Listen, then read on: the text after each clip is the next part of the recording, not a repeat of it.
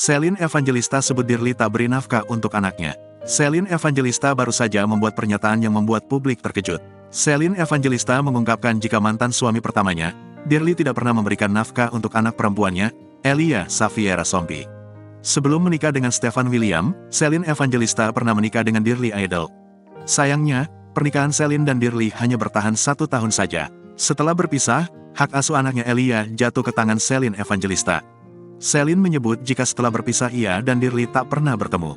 Hal itu diungkapkannya saat menjadi bintang tamu di acara Pagi-Pagi Ambyar Trans TV, Kamis, tanggal 5 Januari tahun 2023. Di acara tersebut, Celine Evangelista belak-belakan mengungkapkan sikap Dirli kepada anaknya setelah berpisah. Secara terang-terangan, Celine Evangelista menyebut Dirli tidak pernah memberikan nafkah untuk putrinya itu, bahkan hingga putrinya itu kini sudah berusia 10 tahun.